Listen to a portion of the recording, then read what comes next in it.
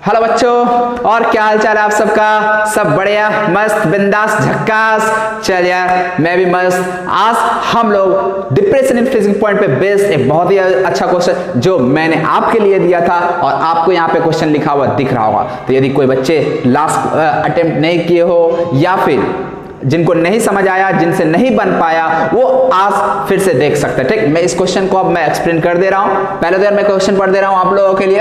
Question क्या है? The amount of ice that will separate out on cooling a solution containing 50 gram of ethylene glycol in 200 of gram water to -9.3 degree Celsius. ठीक है ना? सवाल क्या कर रहा है? सवाल क्या कर रहा है यार, समझ लो। हमें बताना क्या amount of ice that will separate out. कल भी इस तरह का सवाल करवाए थे यार।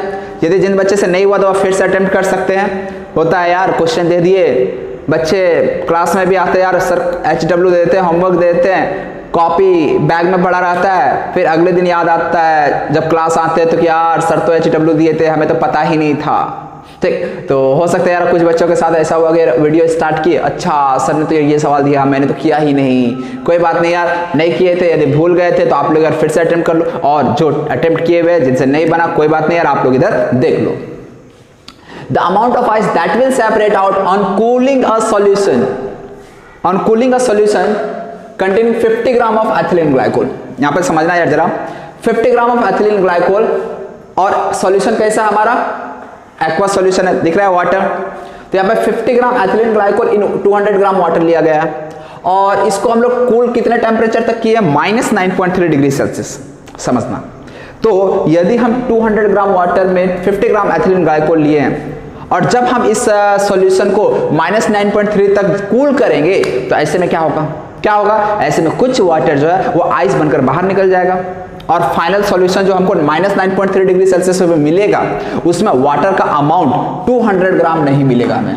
स्टार्टिंग में तो 200 ग्राम था, लेकिन जब इसी सॉल्यूशन को हम -9.3 डिग्री सेल्सियस तक कूल करेंगे तो फाइनल जो सॉल्यूशन मिलेगा एट दिस टेम्परेचर, उसमें वाटर का अमाउंट कम हो जाएगा, और जितना अमाउंट कम होगा वाटर का उतना ही अमाउंट आइस बनकर बाहर सेपरेट आउट हो गया होगा।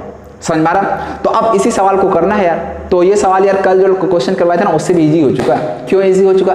स्टार्टिंग में मास आपको ऑलरेडी दिया गया है 200 ग्राम। आपको बस मास निकालना है वाटर का कब? जब ये -9.3 डिग्री सेल्सियस पे पहुंच जाएगा सॉल्यूशन, तब। नहीं निकाल सकते हो? निकाल सकते हो कि नहीं निकाल सकते हो? निकाल सकते हो ना? तो यार निकालो। कैसे निकालोगे? वीडियो पॉज करो यार, फिर से कोशिश करो। जिन बच्चे से नहीं भी बना था ना, फिर से वीडियो पॉज करके फिर से कोशिश करो। चलिए मैं इधर कोशिश करता हूं। सबसे पहले यार डेल्टा TF इक्वल टू क्या लिखूंगा? KF into molarity. Delta TF का वैल्यू क्या लिखूंगा? 0 -9.3। अब यहाँ पे ध्यान देना यार, तुम लोग गलती नहीं करना। डेल्टा TF होता है freezing point of pure solvent minus freezing point of solution. Pure solvent का 0 माइनस फिर -9.3। क्यों? सॉल्यूशन का फ्रीजिंग पॉइंट अब क्या हो चुका? -9.3 हो चुका। क्लियर है ये चीज? -9.3 क्यों हुआ? क्लियर है ना ये चीज? तो इसलिए यहां पे मैंने -9.3 लिख दिया। KF के वाटर के लिए कितना होता है? 1.86। मोलारिटी, अब देखिए बहुत ही इजी सवाल है यार। मोलारिटी क्या होगा? Moles of solute. अब तुम ही लोग बताया यार, सॉल्यूट एथिलीन ग्लाइकोल, क्या उसका अमाउंट चेंज होगा? ना, वो जितना था स्टार्टिंग में उतना ही उस टेम्परेचर पे भी जब सॉल्यूशन को ले जाया जाएगा तो भी एथिलीन ग्लाइकोल का अमाउंट सेम रहने वाला। अच्छा, एथिलीन ग्लाइकोल क्या होता है यार? याद है तुम लोगों को? एथिलीन ग्लाइकोल CH2OH, CH2H, इसको एथिलीन ग्लाइकोल कहते हैं। ठीक है ना? मतलब कि मैं इसको क्या लिख सकता हूँ? C2H6O2 ये लिख सकता हूँ। और इसका मॉलिक्यूलर मास कितना हो जाएगा? 24, 36 और 32, 62 हो जाएगा। ठीक है ना? Ethylene glycol. इसको इससे पहले भी यार तुम लोग को सवाल करवाए थे, तुम लोग को याद होगा। ठीक, चल तो अब हमें यहाँ पे मोलालिटी लिखना है सॉल्यूशन का। मोलालिटी कैसे लिखा जाए? तो मोलालिटी के लिए क्या करेंगे? मोल्स ऑफ सॉल्यूट ऊपर आएगा। मोल्स ऑफ सॉल्यूट कितना हो जाएगा? 50 ग्राम एथिलीन ग्लाइकोल था, इसको डिवाइड कर दो 62 से, तो ये हो गया मोल्स ऑफ सॉल्यूट। अब नीचे वेट ऑफ सॉल्वेंट रखना है। अब वेट ऑफ सॉल्वेंट क्या रखेंगे? बता, क्या मैं यहाँ पे 200 ग्राम रख दूं? जरा सोच कर बताना, क्या 200 ग्राम रख दूं? ना, बिल्कुल नहीं। मैं यहाँ 200 ग्राम रख सकता? बिल्कुल नहीं रख सकता। क्यों? 200 ग्राम तो स्टार्टिंग का सॉल्यूशन में था, लेकिन ये delta TF equal to KF into molarity लिख रहे हैं, ये किस सॉल्यूशन के लिए लिख रहे हैं? ये जब इसी सॉल्यूशन को -9.3 डिग्री सेल्सियस पे ले जाएगा ना, तब का हमको यहाँ पे मोलारिटी लिखना है। तो उस समय इस सॉल्यूशन में एट -9.3 उस समय सॉल्वेंट का अमाउंट क्या रहा होगा ये हमें नहीं पता, वही तो हमें निकालना है। क्लियर है ये चीज? तो इसलिए यहाँ पे मैं वेट ऑफ सॉल्वेंट को W डैश कर देता हूँ। ये ग्राम में आएगा, यहाँ पे 1000 से मल्टीप्लाई कर देता हूँ। ठीक है ना? तो ये W डैश है वो ग्राम में आ जाएगा। तो ये तो हो गया, यहाँ पे माइनस माइनस ये प्लस में कर देता हूँ, ठीक है ना, तुम लोग जैसे भी करना चाहो यार। ये प्लस में 9.3 आ गया, तो यहाँ से एक ही वेरिएबल दिख रहा है, बाकी तो यार सब कुछ पता है। इसको सॉल्व कर लोगे तुम लोग ना, मैं आंसर देख कर लिख देता हूँ। यहाँ से W डैश का जो वैल्यू आएगा वो 161.2 आता है। स्टार्टिंग में था वाटर कितना 200 ग्राम, जब सॉल्यूशन को -9.3 तक लेके जाया गया तो सॉल्वेंट का वाटर कितना, सॉल्वेंट का मास कितना मिलता है हमें 161.2, बच कितना गया मास 40 के आसपास बच गया। क्या रहा होगा वो, क्या रहा होगा, वो आइस सेपरेट बन के निकल गया होगा, आइस में सेपरेट हो गया होगा। तो इसलिए mass of ice separated, mass of ice separated में क्या लिख दूंगा 200 ग्राम माइनस में 161.2, तो ये वैल्यू आ जाता है 38.8 ग्राम, 38.8 ही आ जाएगा ना, 8 2 10 9 1 10 6 3 9 1, हाँ ठीक है, ठीक। तो इस तरह से यार कितना अमाउंट ऑफ आइस सेपरेट होगा तो ये हम बता दिए। तो इस तरह का सवाल यार आपको अक्सर हर जगह देखने को मिलेगा, अच्छा सवाल भी है, ठीक। तो आप लोग यार एक बार फिर से इस तरह का क्वेश्चन को प्रैक्टिस कर लेना और स्टार मार्क कर लेना, ठीक, क्योंकि आपको इसी तरह क्वेश्चन में हो सकता है फंसा दे। तो यार चलो इस तरह से डिप्रेशन इन फ्रीजिंग पॉइंट जो था अपना वो यहाँ पे समाप्त होता है। एक चीज और यार ध्यान दे रखना तुम लोग, अक्सर बोर्ड में ये सवाल पूछा जाता है कि किसी भी कोल्ड कंट्रीज में, ठीक है ना, जहाँ ज़्यादा ठंडी होती है, तो कोल्ड कंट्रीज में क्या होता है रोड पे तुम्हें हर जगह आइस आइस आइस पड़ा मिलेगा। तो ऐसे में उस आइस को हटाने के लिए उस रोड पे NaCl का छिड़काव किया जाता है। NaCl का है तो कॉमन सॉल्ट जो होता है हम लोग घर पे यूज करते हैं ना, उसी का छिड़काव किया जाता है। इससे क्या होता है जो भी रोड पे मतलब कि जो आइस होता है, ठीक है, वो मतलब कि खत्म हो जाता है, रिमूव हो जाता है, ठीक। ऐसा क्यों होता है जरा इसके बारे में सोचना, ठीक। तो मैं एक्सप्लेन कर देता हूँ रीजन क्या है। देखो जब हम लोग वाटर को लेते हैं तो वाटर 0 डिग्री सेल्सियस पे फ्रीज कर जाएगा।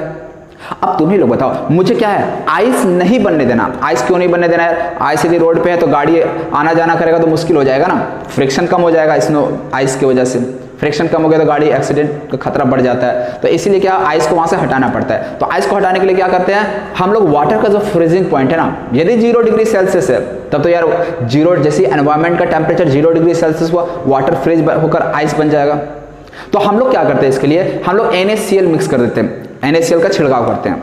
इससे क्या होता है जब NaCl उसके ऊपर छिड़कते हैं तो ऐसे में NaCl क्या है, नॉन वोलेटाइल सॉल्यूट है, और नॉन वोलेटाइल सॉल्यूट यदि ऐड करेंगे तो फ्रीजिंग पॉइंट क्या हो जाएगा सॉल्यूशन का, बता तुम लोग, बता क्या हो जाएगा, डिप्रेस हो जाएगा। यदि फ्रीजिंग पॉइंट डिप्रेस हो गया तो जहां पहले वाटर 0 डिग्री सेल्सियस फ्रीज कर रहा था, अब -1 -2 -3 -5 डिग्री सेल्सियस फ्रीज करेगा।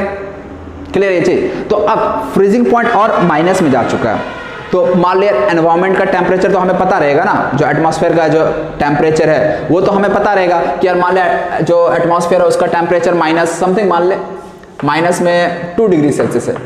तो हम लोग क्या करेंगे, यदि -2 डिग्री सेल्सियस है तो अब NaCl का अमाउंट इतना छिड़क दो जिससे कि जो फ्रीजिंग पॉइंट वाटर का है वो -2 डिग्री सेल्सियस से भी नीचे चला जाए, ताकि मान लो यार हमने फ्रीजिंग पॉइंट उसका ले चला गया 2.3 डिग्री -3 डिग्री सेल्सियस पे ले चला गया, मतलब जब तक -3 डिग्री सेल्सियस नहीं पहुंचेगा तब तक वाटर फ्रीज ही नहीं करेगा। तो इसी, और हमें पता है यार जब हम लोग नॉन वोलेटाइल सॉल्यूट ऐड करते हैं तो फ्रीजिंग पॉइंट में क्या होता है, डिप्रेशन ऑब्जर्व होता है ना। तो इसीलिए डिप्रेशन क्यों किया जाता, ताकि वाटर का फ्रीजिंग पॉइंट को डिप्रेस करके जो एटमॉस्फेयर का फ्रीजिंग पॉइंट है ना उससे भी कम कर दिया जाए, ताकि वो जो वाटर है उस टेम्परेचर को रीच ही ना कर सके। और यदि water freezing point of solution को रीच नहीं कर पाएगा तो वो आइस में कन्वर्ट होगा नहीं। तो इस तरह से आइस, और यदि आइस है भी ना तो वो क्या हो जाएगा, मेल्ट हो जाएगा। क्यों, क्योंकि मेल्टिंग पॉइंट तक रीच ही नहीं कर पा रहा है। समझ में आ रहा है इसके पीछे क्या लॉजिक, क्या रीजन होता है। तो डिप्रेशन इन फ्रीजिंग पॉइंट पे बेस्ड जो भी कॉन्सेप्ट था, जो भी न्यूमेरिकल जिस तरह का न्यूमेरिकल देखा जा सकता है वो मैंने करवा दिया। हाँ फिर से यार मैं कह दे रहा हूँ, इस पे बेस्ड आपको आगे भी न्यूमेरिकल करना पड़ेगा जब हम लोग वैल्यूज ऑफ फैक्टर पढ़ लेंगे, ठीक। तो इसलिए यार वैल्यूज ऑफ फैक्टर पढ़ेंगे तो चारों क्वालिटेटिव प्रॉपर्टी पे बेस्ड हम लोग को कुछ न्यूमेरिकल्स करना है। तो वो मैं आप लोग को यार वैल्यूज ऑफ फैक्टर पढ़ाने के बाद सारा मिक्स्ड प्रॉब्लम एक साथ करवाऊंगा, ठीक। अभी आप लोग केवल यार बेसिक कॉन्सेप्ट समझो, depression in freezing point basic question किस तरह से आता है इस चीज को आप लोग अभी समझो, ठीक। तो अब आप लोग यार इसको नोट कर लो, और अब हम लोग नेक्स्ट कॉलिगेटिव प्रॉपर्टीज पे चलेंगे। और नेक्स्ट कॉलिगेटिव प्रॉपर्टीज क्या है बच्चों, ऑस्मोटिक प्रेशर, ठीक। तो चलो यार नोट कर लो, मैं इधर मिटा देता हूं। तो चलिए यार अब हम लोग नेक्स्ट कॉलिगेटिव प्रॉपर्टीज पे आते हैं, और नेक्स्ट कॉलिगेटिव प्रॉपर्टीज हमारा है ऑस्मोटिक प्रेशर। तो यार तुम लोग भी हेडिंग जल्दी से डाल लो, ऑस्मोटिक प्रेशर। ठीक, बहुत ही इंपॉर्टेंट टॉपिक है, बहुत ही इंपॉर्टेंट टॉपिक है ऑस्मोटिक प्रेशर। तो सबसे पहले यार देख यार, ऑस्मोटिक प्रेशर को समझने से पहले हमें पहले एक इंपॉर्टेंट टर्म ऑस्मोसिस को समझना पड़ेगा। क्या समझना पड़ेगा बच्चों? ऑस्मोसिस को। तो चल यार सबसे पहले हम लोग ऑस्मोसिस समझते हैं। ऑस्मोसिस क्या होता है? ठीक, ऑस्मोसिस को किस तरह से हम लोग डिफाइन करेंगे? ठीक, तो पहले यार हम लोग इस चीज को समझते हैं। थोड़ा ध्यान से यार, पहले मैं लिख देता हूँ डेफिनेशन, उसके बाद आप लोग को समझा देता हूँ। ऑस्मोसिस क्या होता है? द स्पॉन्टेनियस फ्लो ऑफ, देखो यार यहाँ पे टर्म यूज हुआ है, क्या यूज हुआ है? Spontaneous flow of solvent molecules from solvent side to solution side. ठीक, बहुत ही इंपॉर्टेंट यहाँ पे एक टर्म यूज किया, spontaneous flow of solvent molecule. यहां पे भी इंपॉर्टेंट है ये चीज। ठीक, the spontaneous flow of solvent molecule from solvent side to solution side. यहां पे एक और, थ्रू एसपीएम क्या होता है अभी मैं बताऊंगा। It's called osmosis. इसको मैं क्या कह सकता हूं? ऑस्मोसिस। अब यहाँ पे एसपीएम क्या है यार? एसपीएम आप लोगों के लिए नया है। ठीक, एसपीएम का पूरा नाम होता है सेमी परमेबल मेम्ब्रेन। क्या होता है? Semi permeable membrane. मैं लिख देता हूं यार एसपीएम यहाँ पे ऊपर में कहीं।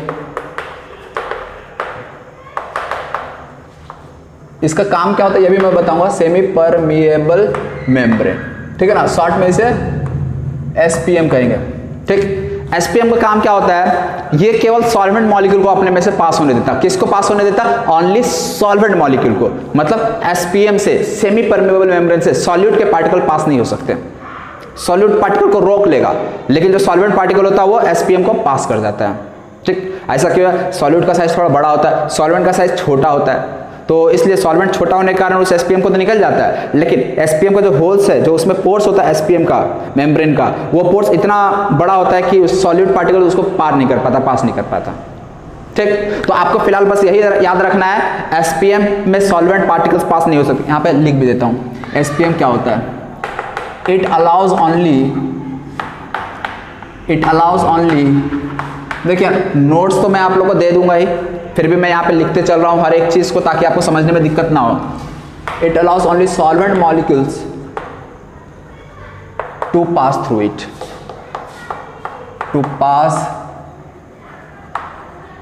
इट, ठीक, मतलब ये एसपीएम जो होता है वो केवल सॉल्वेंट मॉलिक्यूल को ही अपने में से पास होने देगा, सॉल्यूट को पास होने नहीं देता।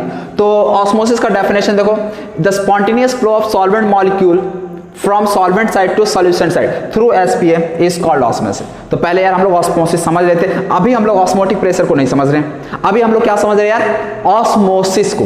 तो चलो यार एक मैं एग्जांपल यहाँ पे एक डायग्राम ड्रॉ करता हूँ और इसी ऑस्मोसिस टर्म को अच्छे से समझने की कोशिश करता हूँ। ठीक है यार, एक ये यूट्यूब का एक इंस्ट्रूमेंट है, डिवाइस है। यहाँ पे क्या है? यहाँ पे मैंने एक एसपीएम लगा दिया, ये क्या है? एसपीएम है, ठीक। और इस साइड मैंने सॉल्वेंट ले लिया, क्या ले लिया यार बच्चों बताओ? सॉल्वेंट ले लिया, सॉल्वेंट। अरे यार, इस साइड सॉल्वेंट है, इस साइड क्या है? सॉल्यूशन है। क्लियर है ये चीज? इस साइड मैंने सॉल्वेंट ले लिया और इस साइड क्या ले लिया? सॉल्यूशन ले लिया। और बीच में क्या है? Semi permeable membrane. मतलब मैंने सॉल्वेंट को और सॉल्यूशन को एसपीएम से सेपरेट कर दिया। क्लियर है ये चीज? तो अब यहाँ पे ध्यान रखना है, जो सॉल्यूशन है ना वो सेम सॉल्वेंट का होगा, सेम सॉल्वेंट का होगा। मतलब यहाँ पे जो सॉल्वेंट है वही सॉल्वेंट यहाँ पे भी होगा, इस सॉल्यूशन में भी होगा। क्लियर? अब देखो होता क्या है, तुम ही लोग यार जरा सोचो, एसपीएम केवल किसको पास होने देगा अपने में से? केवल किसको पास होने देगा? सॉल्वेंट को पास होने देगा। क्या वो सॉल्यूट को पास होने देगा? सॉल्यूशन को पास होने देगा? नहीं होने देगा। क्लियर यहां तक? मतलब यहां पे देखो होगा क्या, ये जो सॉल्वेंट इधर प्रेजेंट है ना, ये सॉल्वेंट का फ्लो इधर तो हो जाएगा, लेकिन इधर से सॉल्यूशन का फ्लो इस वाले साइड में नहीं होगा। ध्यान से यार सुनना, यही इंपॉर्टेंट, यही ऑस्मोसिस है। सॉल्वेंट जो होगा वो इधर से इधर तो आ जाएगा, लेकिन सॉल्यूशन इधर से इधर नहीं आ सकेगा। और ये जो प्रोसेस है, ये कैसा प्रोसेस है? स्पॉन्टेनियस प्रोसेस है। स्पॉन्टेनियस का मतलब ये प्रोसेस खुद ब खुद होता है। क्लियर? मतलब यदि मैं सॉल्वेंट और सॉल्यूशन को एक एसपीएम से सेपरेट कर दूं, तो इधर का जो सॉल्वेंट था ना, वो सारा का सारा सॉल्वेंट इस सॉल्यूशन साइड में जाने लगेगा। क्लियर है चीज? अब एक कंफ्यूजन हो सकता है आपको कि आपने तो कहा सर एसपीएम में से केवल सॉल्वेंट मॉलिक्यूल पास कर सकता है, तो आपने इस वाले सॉल्वेंट को इधर पास करा दिया, चलो यार ठीक है तुम लोग खोज, लेकिन इस सॉल्यूशन में भी तो सॉल्वेंट रहा होगा, सॉल्यूशन है तो सॉल्यूट और सॉल्वेंट मिलकर बना होगा ना, तो ये सॉल्यूट प्लस सॉल्वेंट, तो जो इसका सॉल्वेंट था वो इधर नहीं जा रहा होगा क्या सर? तुम लोग के दिमाग में तो ये सवाल उठ रहा होगा कि आपने एसपीएम के बारे में बोला कि इधर का मतलब एसपीएम का मतलब सॉल्वेंट पास कर सकता है, तो सॉल्वेंट इधर का पास किया, चलिए कोई प्रॉब्लम नहीं, लेकिन इसमें भी तो यार सॉल्वेंट है, इसको भी तो इधर आना चाहिए, तो क्या इधर ये नहीं आ रहा होगा? तो यार देख, इधर का जो सॉल्वेंट है ना, जो सॉल्यूशन में जो सॉल्वेंट प्रेजेंट है वो भी इधर जा रहा है और इधर का भी सॉल्वेंट इधर जा रहा है। देखना यार, इधर का जो सॉल्वेंट ये भी जा रहा है और इधर का जो सॉल्वेंट है वो भी इस एसपीएम के थ्रू इधर आएगा। मैं ऐसा नहीं बोल रहा कि यार इधर वाला सॉल्वेंट इधर नहीं आएगा, बट हम लोग जो स्पॉन्टेनियस फ्लो बात करते हैं ना, ये हम लोग नेट फ्लो की बात करते हैं। क्या? Net flow. नेट फ्लो का मतलब ओवरऑल, इधर से भी सॉल्वेंट जा रहा है, इधर से भी सॉल्वेंट आ रहा है, तो दोनों तरफ से सॉल्वेंट आ रहा जा रहा है, तो नेट फ्लो तो किसी एक ही डायरेक्शन में होगा ना, तो वो जो नेट फ्लो है ना वो आपका सॉल्वेंट साइड से सॉल्यूशन साइड होता है। इसीलिए डेफिनेशन में मैंने ये लिखा, the spontaneous flow of solvent molecule from solvent side to solution side. मैंने ऐसा नहीं लिखा solution side to solvent side, मैंने क्या लिखा? From solvent side to solution side. क्यों? ये नेट फ्लो ऑफ जो सॉल्वेंट होगा ना वो सॉल्वेंट से सॉल्यूशन साइड में होगा। लेकिन यदि मान लो यार आपको objective more than one correct answer में एक ऑप्शन ये भी है कि molecules of solvent passes from solvent side to solution side, yes true. यदि दूसरा ऑप्शन ये है कि molecules of solvent passes from solution side to solvent side, is it true in osmosis? क्या बोलूंगा? It is also true. मतलब osmosis में इधर का सॉल्वेंट भी इधर जा रहा है, इधर का भी इधर आ रहा, दोनों चीज सही है। बट यदि नेट फ्लो का बात कर दिया जाए तो नेट फ्लो में हम क्या बोलेंगे कि जो सॉल्वेंट साइड का जो सॉल्वेंट मॉलिक्यूल्स है ना वो सॉल्यूशन साइड में जाएगा। नेट फ्लो जो होगा वो from solvent side to solution side होगा। और ये प्रोसेस कैसा होता है? एक स्पॉन्टेनियस प्रोसेस होता है, मतलब इसको आपको कराने के लिए कुछ करने की जरूरत नहीं, बाहर से खुद ब खुद चल रहा है। जैसे किसी हाइट से पानी को छोड़ दो तो क्या होगा? तुमको कुछ मतलब कि एक्स्ट्रा फोर्स अप्लाई करना पड़ेगा कि अपने आप ऊपर से पानी नीचे आ जाएगा, अपने आप आ जाएगा। लेकिन नीचे से पानी आपको ऊपर ले जाना है, मान लो किसी हिल पे मैंने पानी छोड़ दिया तो क्या होगा? अपने आप नीचे आ जाएगा। लेकिन नीचे से पानी हमको किसी पहाड़ पे ले जाना है, तो किसी ऊंचाई पे, किसी मतलब सीलिंग पे, छत पे पानी ले जाना है, तो ऐसे में क्या करना पड़ेगा? हमें मोटर के हेल्प से उस पर एक्स्ट्रा वर्क करना पड़ेगा, तब तो नीचे से पानी ऊपर जाएगा। तो वो नॉन स्पॉन्टेनियस प्रोसेस होता है। और जो प्रोसेस खुद से हो रहा है उसे मैं स्पॉन्टेनियस कहूंगा, तो ये खुद से प्रोसेस होता है। ठीक, तो इस तरह से ऑस्मोसिस का ये डेफिनेशन उम्मीद है यार आप लोगों को क्लियर हो गई होगी। इसी को यार कुछ कुछ बुक में अलग अलग तरीके से रिप्रेजेंट किया था इसी डायग्राम को। जैसे आपको कुछ बुक में हो सकता है यार ऐसा मिल जाएगा,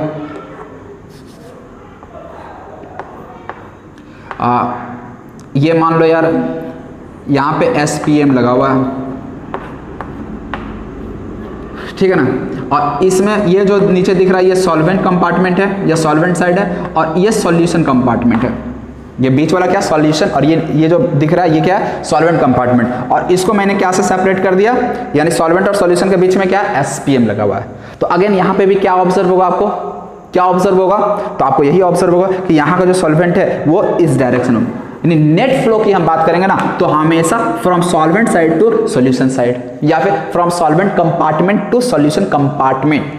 कंपार्टमेंट टर्म भी यूज होता है, जो मैंने यहाँ पे साइड यूज किया ना, solution side, solvent side, side की जगह पे कंपार्टमेंट टर्म भी यूज करते हैं। ठीक, from solvent compartment to solution compartment, compartment इस तरह से, ठीक है ना।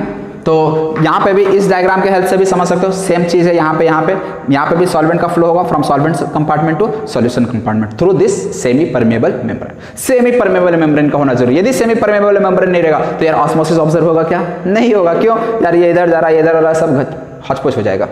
ठीक है, तो इस तरह से यार ये डेफिनेशन आपको क्लियर हुआ होगा। एक और डेफिनेशन में ऑस्मोसिस का आपको अभी बताऊंगा, एक और डेफिनेशन, और वो भी इंपॉर्टेंट है आपके लिए, समझना आपको वो भी जरूरी है। तो ठीक, तो मैं क्या करता हूँ, इसको मिटा देता हूँ, ठीक है ना, या मिटाता नहीं, आप लोग यार ये डेफिनेशन नोट कर लो, इसी में मैं थोड़ा सा चेंज कर देता हूँ। तो चलो यार देखो यार, मैं यहाँ पे थोड़ा सा इसमें ये मैं ऊपर का मिटा देता हूँ, ठीक है ना, semi permeable membrane. Semi permeable membrane का कुछ कुछ एग्जाम्पल होता है, याद रखना, कुछ नेचुरल सेमी परमेबल मेम्ब्रेन होते हैं और कुछ आर्टिफिशियल भी होते हैं। ठीक, जैसे सेलोफेन, ये एसपीएम का एग्जाम्पल है, आर्टिफिशियल हो गया, वॉल ऑफ लिविंग सेल, ये नेचुरल हो गया, वॉल ऑफ लिविंग सेल। इसके अलावा एक बहुत ही अच्छा एग्जाम्पल और है, Cu2FeCN6, ठीक, कॉपर फेरोसाइनाइड इसका नाम होता है। ठीक, आप बस ये फॉर्मूला याद रखना, ये भी क्या है, आर्टिफिशियल एसपीएम होता है, सेमी परमेबल मेम्ब्रेन होता है। ठीक, तो ये एसपीएम का एग्जांपल था, इसे मैं मिटा देता हूँ। तुम लोग यार इस चीज़ को लिख लेना, लेकिन ठीक है ना, एसपीएम का पहले डेफिनेशन लिखना, और डेफिनेशन लिखने के बाद ये कुछ एसपीएम के एग्जांपल भी लिख लेना, जिसमें ये दोनों क्या हो गया तुम्हारा, क्या हो गया, नेचुरल, सॉरी ये वाला आर्टिफिशियल, ये नेचुरल, और ये आर्टिफिशियल से सेमी परमेबल, मतलब ये बनाया भी जाता है, आर्टिफिशियली प्रिपेयर किया जाता है एसपीएम। अब हम लोग ऑस्मोसिस के दूसरे डेफिनेशन पे आते हैं। दूसरा डेफिनेशन क्या कहता है, the spontaneous flow of solvent molecule from solvent side, जो है ना, यहां से मैं चेंज करूंगा। ऑस्मोसिस में होगा तो वही एक नेट फ्लो होता है सॉल्वेंट मॉलिक्यूल का, बस डायरेक्शन का हमको ध्यान रखना होता है। चलो देखो, the spontaneous flow of solvent molecule from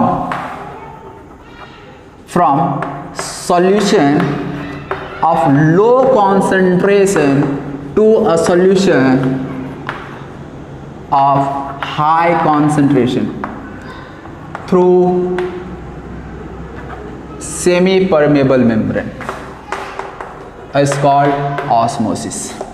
अब देखिए एग्जाम में आएगा ना, तो आपको, यदि मैं बोर्ड की बात करूं तो आपको जो फर्स्ट डेफिनेशन लिखवाया था ना, from flow of solvent molecule from solvent compartment to solution compartment through SPM, यही डेफिनेशन बताना है। ठीक, लेकिन यदि समझने के लिए, ठीक है ना, यदि कॉन्सेप्ट डिटेल में आप समझना चाहो तो आपको ये भी डेफिनेशन याद रखना पड़ेगा, ठीक है ना, समझना पड़ेगा। चलो यार इस डेफिनेशन को समझ लेते।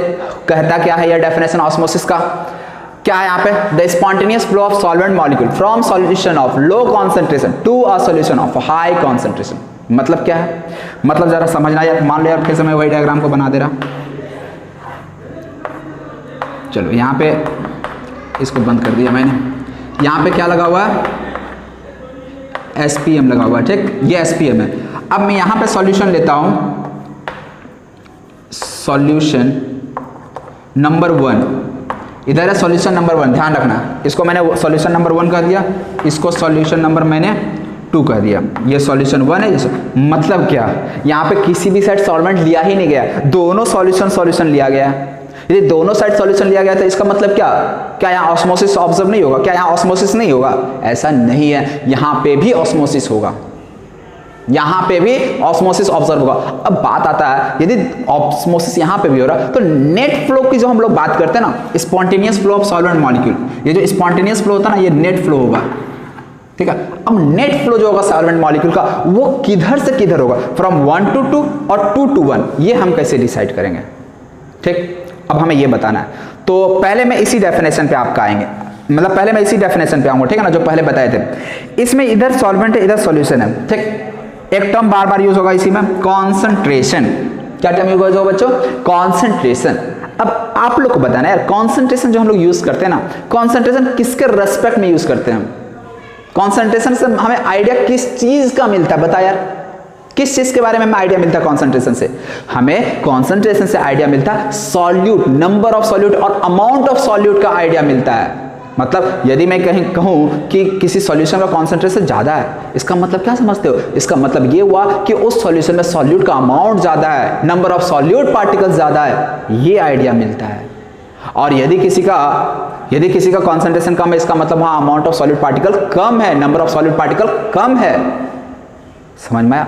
तो कॉन्सेंट्रेशन ज्यादा कम का मतलब सॉल्यूट से लेना देना होता है, सॉल्वेंट से लेना देना नहीं होता है। सॉल्यूट कम, सॉरी कॉन्सेंट्रेशन कम, इसका मतलब सॉल्यूट का अमाउंट उस सॉल्यूशन में कम होगा। कॉन्सेंट्रेशन ज्यादा, इसका मतलब सॉल्यूट का अमाउंट सॉल्वेंट में ज्यादा होगा। समझ रहे हो?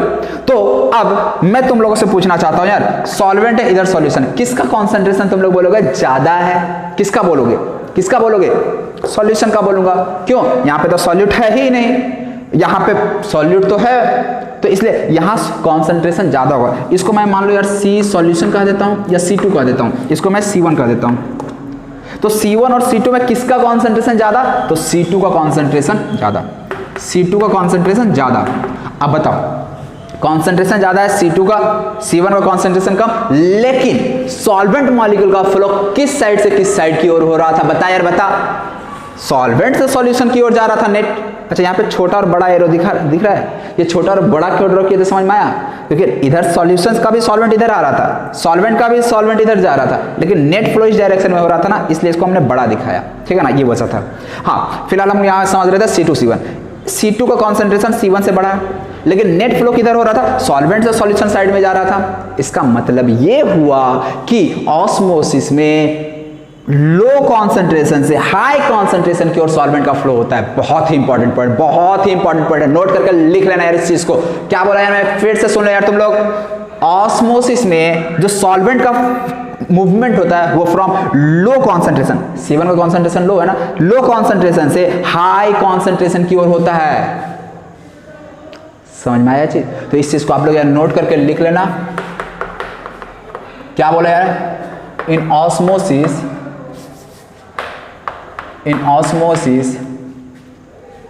there is net flow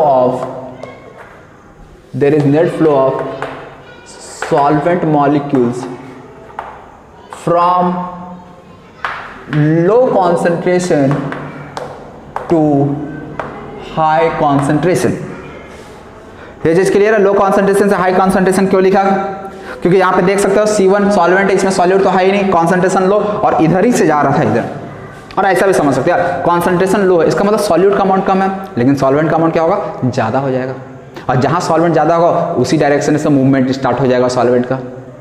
clear? तो चलिए यार ये चीज़ तो आप लोग समझ गए, इस चीज़ को भी आप लोग समझ गए हों। ठीक, ये जो लो हाई कॉन्सेंट्रेशन अप्लाई किए थे, इसी चीज़ को यहाँ पे भी अप्लाई करेंगे। ठीक, इसका कॉन्सेंट्रेशन मैं C1 का देता हूँ, इसका कॉन्सेंट्रेशन को मैं C2 का देता हूँ। सॉल्यूशन है ना, सॉल्यूशन इसका मतलब यहाँ पे सॉल्यूट सॉल्वेंट दोनों परसेंट है। यदि सॉल्यूट सॉल्वेंट दोनों परसेंट है तो दोनों का यार कुछ कॉन्सेंट्रेशन होगा। तो यहाँ पे मैंने C1 का दिया, वहाँ पे मैंने C2 का दिया। मान ले C1 का कॉन्सेंट्रेशन C2 से मैं ज़्यादा मान लेता हूँ, ठीक है ना। मैंने मान लिया कि इधर वाले का कॉन्सेंट्रेशन ज़्यादा है, इधर वाले का कॉन्सेंट्रेशन कम है। तो तुम लोग को बताना है कि सॉल्वेंट का मॉलिक्यूल किधर से किधर की ओर फ्लो करेगा, इधर से इधर की ओर या इधर से इधर, मतलब 1 से 2 या 2 से 1, किधर फ्लो करेगा तुम लोग को बताना है। क्या बोलूंगा यार, क्या अभी मैंने सीखा? लो कॉन्सेंट्रेशन से हाई कॉन्सेंट्रेशन की ओर फ्लो होगा। लो कॉन्सेंट्रेशन किधर है? C2 लो है, मतलब इधर का कॉन्सेंट्रेशन लो है, तो फ्लो किधर से किधर होगा? C2 से C1 की ओर। क्लियर है? क्लियर है ये चीज? तो इसलिए आप लोग यार देखो, यहाँ पे ध्यान रखना, डेफिनेशन को फिर से समझो। The spontaneous flow of solvent molecule from solution of लो, यदि मान लिया एक साइड सॉल्वेंट है दूसरे साइड सॉल्यूशन है, सुनो यार, यदि एक साइड सॉल्वेंट है दूसरे साइड सॉल्यूशन है, मतलब ये वाला केस, तो ऐसे केस में यार फिक्स है कि हमेशा सॉल्वेंट जो मूव करेगा ना वो सॉल्वेंट कंपार्टमेंट से सॉल्यूशन कंपार्टमेंट की ओर जाएगा। यदि एक साइड केवल सॉल्वेंट है और दूसरे साइड सॉल्यूशन लिया जा रहा है तो ऑलवेज मूवमेंट का डायरेक्शन फिक्स हो गया, from solvent compartment to solution compartment. और किसका मूवमेंट होगा ये भी इंपॉर्टेंट है, किसका मूवमेंट होगा? ओनली सॉल्वेंट मॉलिक्यूल्स का। लेकिन मान लिया दोनों साइड सॉल्यूशन रख दिया गया, तो अब ऐसा मत सोचना यार इधर भी सॉल्यूशन इधर भी सॉल्यूशन, तो ऐसे में ऑस्मोसिस होगा ही नहीं। ऐसा यार मिसकॉन्सेप्शन मत रखना कि यार दोनों साइड सॉल्यूशन ले लिया जाएगा तो ऑस्मोसिस होगा ही नहीं, ऐसा बिल्कुल नहीं। वहां पे भी ऑस्मोसिस होगा। अरे यार ऑस्मोसिस का मतलब क्या? ऑस्मोसिस में किसका फ्लो होता है? सॉल्वेंट का। किसके थ्रू?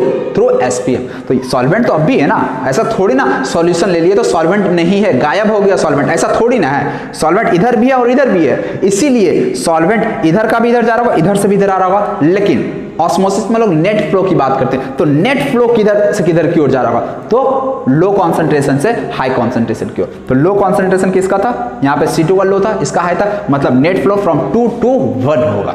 ठीक, इसलिए डेफिनेशन आप एक बार पढ़ लो यार, समझ में आ जाएगा। The spontaneous flow of solvent molecule from solution of low concentration to a solution of high concentration through semi permeable. समझ रहे हो क्या हो रहा है? Spontaneous flow of solvent molecule from solution of low concentration to a solution of high concentration through SPM is called osmosis। ठीक, तो यदि दोनों साइड सॉल्यूशन रखा गया तो आपको ऑस्मोसिस का डायरेक्शन बताना होगा, तो आप बता दोगे ना। और यदि एक साइड सॉल्वेंट एक साइड सॉल्यूशन रखा है तो भी डायरेक्शन ऑफ ऑस्मोसिस बताना होगा, तो आप बता दोगे। ठीक, तो उम्मीद है यार अब आप लोग यार ऑस्मोसिस टर्म का एग्जैक्ट मीनिंग क्या होता है ना, ये चीज समझ में आ गया होगा। ठीक, तो चलो यार अब आप लोग इसमें आपको जो जो इंपॉर्टेंट लगे आप लोग नोट कर लो। ठीक। तो इसके बाद और हम लोग कुछ इंपॉर्टेंट टर्म पे आएंगे, पहले आप लोग ये चीज को नोट कर लो। नेक्स्ट देखो यार, नेक्स्ट जो है ना ऑस्मोसिस एंड डिफ्यूजन, ठीक। एक टर्म डिफ्यूजन होता है और ऑस्मोसिस, अक्सर इसमें डिफरेंस पूछ दिया जाता है, ठीक है ना। तो ऑस्मोसिस और डिफ्यूजन में क्या डिफरेंस होता है उस चीज को अब मैं नेक्स्ट क्लियर कर देता हूँ, ठीक। क्योंकि यार बोर्ड में पूछा जाता है, प्लस एनसीईआरटी में भी आपका दिया हुआ है, हो सकता है यार जेईई में भी थ्योरी बेस्ड क्वेश्चन पूछ दिया जाए, तो इसलिए यार कॉन्सेप्ट क्लियर होना आपका जरूरी है। तो मैं क्या करता हूँ यार, डायरेक्ट डिफरेंस आप लोग को बता देता हूँ। देखिए अभी तक मैं ऑस्मोटिक प्रेशर पे नहीं आया, ठीक है ना। ऑस्मोटिक प्रेशर को पहले समझने के लिए पहले हमें ऑस्मोसिस समझना था, तो ऑस्मोसिस तो समझ लिया। अब एक ऑस्मोसिस एंड डिफ्यूजन के बीच डिफरेंस देख लेते हैं, ठीक। उसके बाद हम लोग फिर ऑस्मोटिक प्रेशर पे आ जाएंगे। तो एक साइड ऑस्मोसिस लिख लिए, दूसरा साइड डिफ्यूजन लिख लिए। डिफ्यूजन क्या होता है, इससे पहले भी आप लोग पढ़े होंगे, ठीक। आप लोग यार गैसेस स्टेट्स ऑफ मैटर में पढ़ाया भी गया डिफ्यूजन क्या होता है। डिफ्यूजन का मीनिंग क्या होता है, जस्ट स्प्रेडिंग, मिक्सिंग, स्प्रेडिंग या मिक्सिंग। मान लिया हमारे पास एक गैस है, दूसरा गैस, ऐसा समझिए ये कंटेनर है, इस कंटेनर में बीच में पार्टीशन डाल दिया गया, इधर साइड गैस 1 है, इधर साइड कोई दूसरा गैस है गैस 2। यदि मैं इस पार्टीशन को हटा दूंगा तो क्या होगा, क्या होगा, गैसेस का मिक्सिंग स्टार्ट हो जाएगा। और गैसेस का मिक्सिंग का कोई डायरेक्शन होगा क्या, ये पहले मुझे बताओ। कोई डायरेक्शन होगा क्या कि 1 वाला केवल 2 साइड में जाएगा या 2 वाला 1 में आएगा, ऐसा कोई डायरेक्शन फिक्स होता है ना। 1 वाला 2 में भी जाएगा, 2 वाला 1 में भी आएगा, मतलब दोनों डायरेक्शन में मूवमेंट होगा यहाँ पे पार्टिकल्स का। गैस 1 2 में भी जाएगा और 2 वाला 1 में भी आएगा। डिफ्यूजन में ये होता है। और जो नेट डायरेक्शन की बात करें तो हमेशा किस डायरेक्शन में होता है, फ्रॉम हाई कॉन्सेंट्रेशन से लो कॉन्सेंट्रेशन की ओर। मतलब जिधर साइड गैस का कॉन्सेंट्रेशन ज्यादा होगा, कॉन्सेंट्रेशन जहां ज्यादा होगा वहां से लो कॉन्सेंट्रेशन की ओर गैस मूव करेंगे। मतलब मान लिया यहाँ पे कोई गैस ज्यादा अमाउंट में है, यहाँ पे गैस कम अमाउंट में, तो ये वाला गैस है ना ज्यादा तेजी से भागेगा, स्प्रेड ज्यादा तेजी से करेगा। और यहाँ पे गैस का अमाउंट कम है, मतलब कॉन्सेंट्रेशन कम है, तो ऐसे में यहाँ से धीरे धीरे डिफ्यूज करेगा, समझ में आया। तो इसलिए डिफ्यूजन जो होता है ना वो हाई कॉन्सेंट्रेशन से लो कॉन्सेंट्रेशन की ओर जाता है। और ये जो डिफ्यूजन की हम बात करते थे, केवल ये गैसेस में नहीं होता कि केवल गैसेस, 2 गैसेस को छोड़ दो तो ये एक दूसरे में डिफ्यूज कर जाएगा, ऐसा नहीं है कि डिफ्यूजन केवल गैसेस में होता है, ये सॉल्यूशन में भी हो सकता है।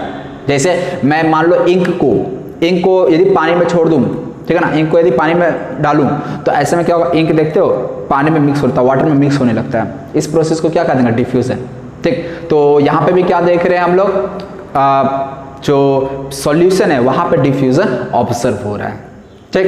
तो डिफ्यूजन और ऑस्मोसिस में डिस्टिंग्विश करने को है तो क्या क्या आप पॉइंट मेंशन कर सकते हो यार, मैं यहाँ पे लिख दे रहा हूँ पॉइंट वाइज। सबसे पहले ऑस्मोसिस में तो यार इट रिक्वायर्स एसपीएम, ठीक। फर्स्ट पॉइंट क्या हो जाएगा, it requires SPM, semi permeable membrane का होना जरूरी है। बिना एसपीएम का ऑस्मोसिस हो ही नहीं सकता, आप इमेजिन नहीं कर सकते ऑस्मोसिस को। लेकिन डिफ्यूजन में एसपीएम का होना जरूरी है क्या, जरा सोचो। कोई 2 गैस को मिक्स कराना है हमें तो क्या एसपीएम लगाना पड़ेगा ना, बिल्कुल नहीं। वो छोड़ दे यार वापस में मिक्स हो जाएगा, या फिर जस्ट स्प्रेड, कोई गैस को छोड़ दो अपने आप स्प्रेड होने लगेगा, उसके लिए कोई एसपीएम का जरूरत नहीं है। तो इसलिए it does not require SPM. मैं बस शॉर्ट में लिख दे रहा हूं, तुम लोग पूरा लिखना, it does not require SPM. Second point मैं क्या लिख सकता हूं, ऑस्मोसिस अभी यार आपको मैंने बताया था, लो कॉन्सेंट्रेशन से हाई कॉन्सेंट्रेशन या हाई कॉन्सेंट्रेशन से लो कॉन्सेंट्रेशन की ओर मूवमेंट होता है सॉल्वेंट का, बता। तो अभी हमने देखा लो कॉन्सेंट्रेशन से हाई कॉन्सेंट्रेशन की ओर मूवमेंट होता है सॉल्वेंट मॉलिक्यूल का। लेकिन डिफ्यूजन में अभी मैंने आपको बताया, क्या बताया, हमेशा इसमें जो गैसेस का मूवमेंट है ना हमेशा हाई कॉन्सेंट्रेशन से लो कॉन्सेंट्रेशन की ओर होगा। मान ले कहीं गैस ज्यादा है कहीं गैस कम है, तो जहां पे गैस ज्यादा है ना वो भागेगा कम कॉन्सेंट्रेशन की ओर, समझ रहे हो। तो इसीलिए यहां पे मैं सेकंड पॉइंट लिख सकता हूं, it takes place from low concentration to high concentration. लेकिन इस वाले में मैं क्या लिख सकता हूं, ये सेकंड पॉइंट कैसे हो गया, फर्स्ट होगा ना। और ये क्या लिख सकता हूं, इट टेक्स प्लेस फ्रॉम, देखिए मैं शॉर्ट में लिख दे रहा हूं, high concentration to low concentration. Clear, second point. Third point में क्या लिख सकता हूं, देखिए ऑस्मोसिस केवल और केवल सॉल्यूशन में होगा, केवल और केवल सॉल्यूशन में होगा। लेकिन डिफ्यूजन गैस में तो दिख रहा है और लिक्विड सॉल्यूशन में हो सकता है। जैसे इंक को मैंने वाटर में डिप किया, डिसॉल्व किया, क्या हो गया, वहां पे भी डिफ्यूजन प्रोसेस ऑब्जर्व हो रहा है। तो जो डिफ्यूजन होता है दोनों में होता है, लेकिन ऑस्मोसिस प्रोसेस केवल लिक्विड में होता है। तो यहां पे मैं लिख देता हूं, it takes place only in takes place only in liquid solution. लेकिन ये क्या है, इट टेक्स प्लेस इन, मैं शॉर्ट में अच्छा लिख देता हूँ यार, it takes place in liquid as well as in gases, liquid as well as in gases. ये थर्ड पॉइंट हो गया। इसके अलावा और मैं क्या पॉइंट लिख सकता हूँ, अच्छा ऑस्मोसिस को यार स्टॉप या रिवर्स किया जा सकता है, ये भी बहुत इंपॉर्टेंट पॉइंट है, लेकिन यार ये चीज़ अभी समझ में नहीं आएगा आप लोग को। मैंने क्या बोला जरा समझना, ऑस्मोसिस को हम लोग रोक सकते हैं या फिर रिवर्स भी कर सकते हैं। रिवर्स का मतलब क्या है, जैसे मैं फर्स्ट एग्जांपल की बात करूं तो फर्स्ट एग्जांपल में मैंने क्या लिया था, सॉल्वेंट एक साइड था और दूसरे साइड सॉल्यूशन था, ठीक। सॉल्वेंट का नेट फ्लो की हम बात करें तो किधर से किधर फ्लो कर रहा था, from solvent side to solution side. Net flow की बात करें तो सॉल्वेंट साइड से सॉल्यूशन साइड में जा रहा था। यदि सॉल्वेंट का फ्लो हो रहा था from solvent compartment to solution compartment, या नेट फ्लो हो रहा था सॉल्वेंट मॉलिक्यूल का from solvent side to solution side, तो उस नेट फ्लो को रोका भी जा सकता था। कैसे रोकते हैं, तो सॉल्यूशन साइड में ज्यादा प्रेशर लगा दो, प्रेशर ज्यादा लगा दोगे तो जो सॉल्वेंट इधर से जा रहा था सॉल्वेंट कंपार्टमेंट्स में से सॉल्यूशन कंपार्टमेंट में जा रहा था उसका जाना रुक जाएगा, और उस केस में हम क्या बोलेंगे कि ऑस्मोसिस प्रेशर रुक गया, ऑस्मोसिस स्टॉप हो गया। तो वो क्या जा सकता है, सॉल्यूशन साइड में प्रेशर लगाकर। अभी इस चीज को मैं अभी समझाऊंगा, ठीक है ना, अभी ऑस्मोटिक प्रेशर पे आऊंगा तो ये चीज और क्लियर हो जाएगा। और रिवर्स ऑस्मोसिस भी होता है, मतलब कि ऑस्मोसिस को का डायरेक्शन को मैं उल्टा भी कर सकता हूं, लेकिन डिफ्यूजन में ऐसा नहीं होता। डिफ्यूजन में जो हमेशा हाई कॉन्सेंट्रेशन से लो कॉन्सेंट्रेशन की ओर पार्टिकल्स का मूवमेंट होता है, फिक्स है, हमेशा हाई कॉन्सेंट्रेशन से लो कॉन्सेंट्रेशन की ओर। लेकिन ऑस्मोसिस में ये चीज फिक्स नहीं है, इसीलिए हम नेक्स्ट पॉइंट लिख देते हैं, इट कैन बी स्टॉप्ड और रिवर्स। ये वाला पॉइंट और अच्छे से समझ में आ जाएगा अभी, इट कैन बी स्टॉप्ड और रिवर्स्ड। और इधर मैं क्या लिख सकता हूं, it can not be stopped, ठीक है ना, इसको स्टॉप किया ही नहीं जा सकता है। एक पॉइंट और मैं यहां पे लिख सकता हूं, ऑस्मोसिस का जो है ना डायरेक्शन फिक्स होता है। ऑस्मोसिस केवल किसी एक ही नेट डायरेक्शन की मैं बात करूं तो कोई एक ही डायरेक्शन मूव करेगा, मतलब कि सॉल्वेंट से सॉल्यूशन की ओर, और यदि दोनों साइड सॉल्यूशन है तो लो कॉन्सेंट्रेशन वाले सॉल्यूशन से हाई कॉन्सेंट्रेशन वाले सॉल्यूशन की ओर मूव करेगा, फिक्स है, डायरेक्शन फिक्स है, एक ही डायरेक्शन मूव करेगा सॉल्वेंट का मॉलिक्यूल। लेकिन डिफ्यूजन में ऐसा फिक्स नहीं है। यदि दो गैसेज एक हाई कॉन्सेंट्रेशन पे एक लो कॉन्सेंट्रेशन पे, तो ऐसा मत सोचना ये लो वाला अपने जगह पे फिक्स है, ये इधर उधर मूव नहीं करेगा, केवल हाई वाला इसकी ओर मूव करेगा, ऐसा नहीं है। हाई वाला तो मूव करेगा, लो वाला भी आएगा, लेकिन इसका जो मूवमेंट है ना वो थोड़ा स्लो होगा। ऐसा नहीं यहाँ पे low concentration of gases present है, यहाँ हाई कॉन्सेंट्रेशन ऑफ गैसेस है, ये तो भाग रहा है इसकी ओर और ये अपने जगह पर रुका, ऐसा नहीं होने वाला। ये भी भागेगा लेकिन इसका स्पीड थोड़ा कम होगा, बस ये चीज है। तो इसलिए इसमें जो डायरेक्शन ऑफ डिफ्यूजन होता है ना वो दोनों डायरेक्शन में होता है, लेकिन यहाँ पे जो है एक ही डायरेक्शन में होता है। तो यहाँ पे एक और पॉइंट मैं ऐड कर देता हूँ, it takes place in only one direction, या फिर ऐसा मैं बोल सकता हूँ net flow of solvent molecule takes place in only one direction. लेकिन यहाँ पे क्या है, फ्लो ऑफ जो पार्टिकल्स होंगे वो दोनों साइड में होंगे, मतलब इसको मैं लिख देता हूँ, it takes place in both direction, ठीक। तो ये ऑस्मोसिस एंड डिफ्यूजन में कुछ पॉइंट्स ऑफ डिफरेंस थे जो आपको यार ध्यान में रखना है, और ज़्यादा चांसेस यार बोर्ड में आने का है, ठीक। तो एक बार फिर से देख लो यार, इट रिक्वायर्स एसपीएम, डिफ्यूजन में कोई एसपीएम का जरूरत नहीं है। It takes place from low concentration से हाई कॉन्सेंट्रेशन, यहाँ पे हाई कॉन्सेंट्रेशन से लो कॉन्सेंट्रेशन की ओर होता है, डिफ्यूजन में फिक्स है। It takes place only in liquid solution, लेकिन यहाँ पे गैसेस में भी होता है, लिक्विड में भी होता है। एग्जाम्पल के लिए बता देते, इंक इन वाटर, और गैस का तो डिफ्यूजन यार आम है, कहीं भी दो गैस छोड़ो आपस में मिक्स हो जाएंगे, डिफ्यूज हो जाएंगे। इट कैन बी स्टॉप्ड और रिमूव्ड, इस पॉइंट को और अच्छे से मैं ऑस्मोटिक प्रेशर जब बताऊंगा तो क्लियर हो जाएगा। इट कांट बी स्टॉप्ड, वो ऑस्मोसिस डिफ्यूजन को तुम नहीं रोक सकते। एक गैस है दूसरा गैस है, तुम छोड़ दिए तो सोच रहे हो छोड़ने के बाद यार ये रुक जाएगा ना, इसको रोका नहीं जा सकता, वो डिफ्यूज होकर ही रहेगा, ठीक है ना, वो फिर आपके कंट्रोल में नहीं है। It takes place in one, इसमें एक ही डायरेक्शन में नेट फ्लो होगा सॉल्वेंट का, इसलिए एक डायरेक्शन लिखा गया, इसमें दोनों डायरेक्शन में फ्लो होता है, ठीक। तो इस तरह से ऑस्मोसिस एंड डिफ्यूजन में ये डिफरेंस, कुछ पॉइंट्स ऑफ डिफरेंस था वो मैंने बता दिया। अब हम लोग नेक्स्ट जो है ना वो ऑस्मोटिक प्रेशर को समझेंगे। किसको समझेंगे, ऑस्मोटिक प्रेशर को। तो आप लोग ये पॉइंट को अपने पेज में लिख लो नोट करके, मैं इसे मिटा देता हूं। तो चलिए यार अब हम लोग ऑस्मोटिक प्रेशर पे आते हैं। अब हम लोग ऑस्मोटिक प्रेशर को समझते हैं। तो यार अब आपके लिए बहुत ही आसान हो चुका है ऑस्मोटिक प्रेशर को समझना। मैं यार दोनों एग्जांपल में आपको समझाऊंगा। पहले मैं ये वाला डायग्राम ले लेता हूं, बीच में क्या लगा दिया मैं, एसपीएम लगा दिया, ठीक है ना। चलिए ये क्या है, एसपीएम है, और इस साइड में प्योर सॉल्वेंट ले लेता हूं। इधर सॉल्वेंट है और इधर क्या सॉल्यूशन है। क्लियर है यहां तक। अब आप लोग बताना यार, आप लोग बताना अभी कौन किधर फ्लो कर रहा था, नेट फ्लो किधर था, बताओ यार बताओ। इधर का जो सॉल्वेंट था वो सॉल्यूशन की ओर जा रहा था, यही हो रहा था। अब मैं चाहता क्या हूं कि ये जो सॉल्वेंट का flow from solvent compartment to जो सॉल्यूशन कंपार्टमेंट में हो रहा है, इसको मैं रोकना चाहता हूं। क्या करना चाहता हूं, समझ में आया। यानी जो सॉल्वेंट इधर से सॉल्वेंट से सॉल्यूशन कंपार्टमेंट की ओर जा रहा था, उसको मैं रोकना चाहता हूं। तो अब आप लोग बताएं यार, रोकने के लिए हमको क्या करना पड़ेगा, प्रेशर अप्लाई करना पड़ेगा। क्या, प्रेशर अप्लाई करना पड़ेगा। अब बात आती है यार प्रेशर किधर साइड अप्लाई करा जाए, किधर प्रेशर अप्लाई किया जाए कि ये प्रोसेस जो है ना सॉल्वेंट का इधर से इधर जाना रुक जाए। बताएं यार तुम लोग किधर, समझ में आ रहा है ना। क्यों इधर ही प्रेशर अप्लाई करेंगे, क्लियर है ये चीज। क्यों यार, इधर से भी प्रेशर अप्लाई करेंगे ना तो इधर का जो सॉल्वेंट आ रहा था ना वो वापस अपने रास्ते इधर निकलना स्टार्ट हो जाएगा। नहीं, जो भी सॉल्वेंट इधर था वो वापस इधर, मतलब ये प्रोसेस जो सॉल्वेंट का सॉल्यूशन में जा रहा था ना, ये धीरे धीरे कम होते होते होते होते क्या होगा, एक समय पे रुक जाएगा। और जिस प्रेशर पे ये ऑस्मोसिस प्रेशर रुक जाता है, उसी प्रेशर को ऑस्मोटिक प्रेशर कहते हैं। समझ में आया। यानी बहुत ही सिंपल लैंग्वेज में यदि डिफाइन करना हो ऑस्मोटिक प्रेशर को, तो मैं बोल सकता हूं the external pressure required to stop the osmosis. That's it, खत्म। ऑस्मोसिस को रोकने के लिए हमें इधर साइड कितना प्रेशर अप्लाई करना पड़ेगा, वही होता है ऑस्मोटिक प्रेशर। तो मैं पहले ये सिंपल वाला डेफिनेशन, ठीक ना, जिससे कि आपका यार कॉन्सेप्ट तुरंत एक माइंड में छप जाइए। ऑस्मोटिक प्रेशर का मतलब एक्चुअली होता क्या है। तो यहां पे मैं लिख सकता हूं द एक्सटर्नल प्रेशर